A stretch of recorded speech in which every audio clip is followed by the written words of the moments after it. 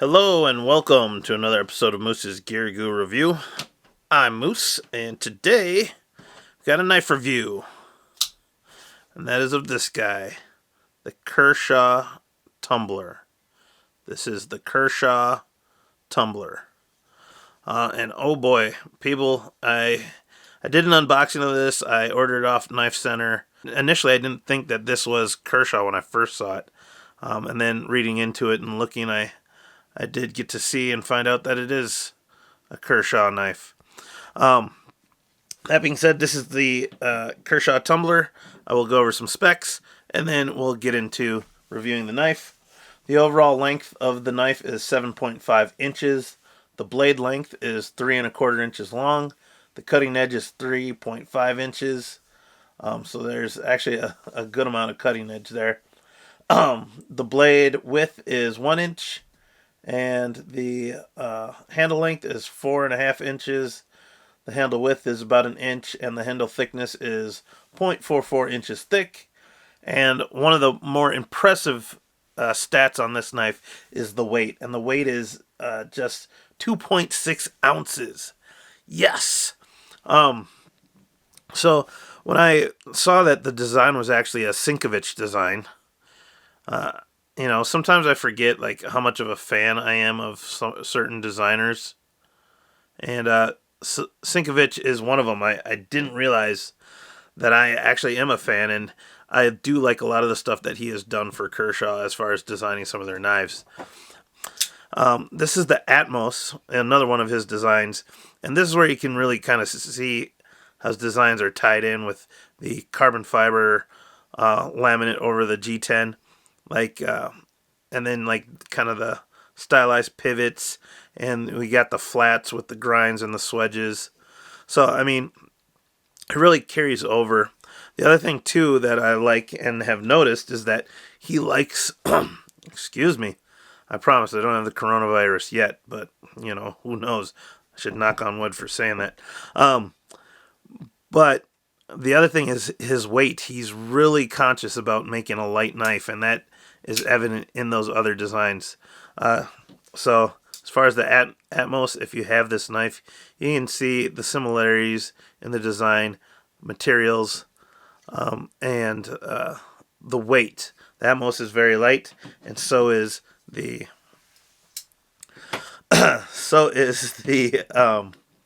Tumbler. Now, looking at the blade shape, we still have his S-curve thing, and because of that, it's more of an upswept blade with a here, I'll just turn this off for a second. Boom. It's more of an upswept blade with a flat grind. You have that stonewashed flats there, and then kind of a satin finish flat of the stock there. It's plain edge, a lot of belly with a little bit of flat, kind of reminiscent of almost like a roach belly knife in some ways. Just has a lot of belly to it. And that lends itself to doing some more rocking cuts, skinning if you want to do this. By no means do I feel like this knife was designed for that, but it is what that blade shape is actually pretty proficient at. Going on to it, the other side, like I said, you get the Kai and the Sinkevich, and then the blade steel is D2. Which once again is stepping up from that HCR13 MOV that is standard on most Kershaws. And as far as price goes, I believe the price of this at the time when I got this was around $70 or $67, $68. So we'll just say $70 flat. And for the blade steel and the features and the weight and the design, I feel it's justifiable, and I'd put this in Kershaw's kind of mid-range knives if you consider ZT to be part of the brand as well. So the ZT is kind of like the upper tier, these kind of mid-range D2 blades, or the knives that are made in the USA, are also kind of in that upper mid-range right before they get to the ZT level. So though now for $70 you get lightweight, you get really cool design, but then over here this was about $75, $80, and you get 20 CV. So actually, no, maybe this is $80, $90. I don't know, check my video for this. But nonetheless, I'm very pleased with the design and the weight. So moving in the handle, you got that cool looking kind of shield sun whatever, I don't even know, stylized pivot. It is a designated flipper. The flipper tab does have jimping, so it gives it a good grip. You got this awesome pattern, and there is some etched out milling or striations in there to add some texture and grip. You do have that lanyard slot. There is a kind of a 3/4 long back spacer made out of like an FRN, I believe. And then you have a really cool and different pocket clip for this knife. For the most part, the screws are much more recessed in than are on typical like Kershaw's. So it's not perfect, but it's definitely a step in the right direction compared to some other Kershaw things. And that isn't even the screws for the pocket clip. That's for the actual subframe lock. And that's another thing that I like about this one is that subframe lock is just cool, nice, smooth texture, but then it has kind of an awkward shape and cutout there just to make it a little unique. The pocket clip does work very well though, and you can see it in pocket, and it is ambidextrous, either left or right, tip up only, and it's attached at the bottom by that one screw. I do really like the pocket clip. So that being said, overall, the grip is pretty good. There is jimping up here. It's pretty mild on the spine of the knife, but it works good enough. I'm interested to see how it works with the glove. The rest there's no jimping on there, but then there's jimping on certain spots of the back spacer. I will say there are a few finished like flat sections of the G10 that are kind of sharp as far as the edge goes. So if you're like really squeezing the handle, you can kind of feel it cut in certain places, but by no means is this a heavy like beat 'em up type of knife. This is one that you're gonna want to use with some finesse and suaveness, for some really slicier tasks, food prep, cutting open boxes, maybe some delicate tasks. I mean, you can really control that blade with that belly. So other than that, as far as the look and aesthetic, it looks very modern, and I'd definitely put this into a larger urban EDC kind of category. Typically an urban EDC, in my opinion, shouldn't be anything over 3 inches, but with a blade length of 3 1/4, I'd put it in the larger size, but lightweight. And honestly, the clip a little bit might tear up some pockets just because it has those cutouts into the carbon fiber. But for the most part, it's lightweight enough that you can wear it with more delicate fabrics. The lockup's good, centering is good, and honestly, for being made in China, I was pretty impressed with the fit and finish. It runs on ball bearings, and the flipping action is very smooth, and the lockup is tight. And honestly, when I first got this, I was just opening and closing it nonstop. To the point, it is pretty smooth. And it's basically drop shutty. So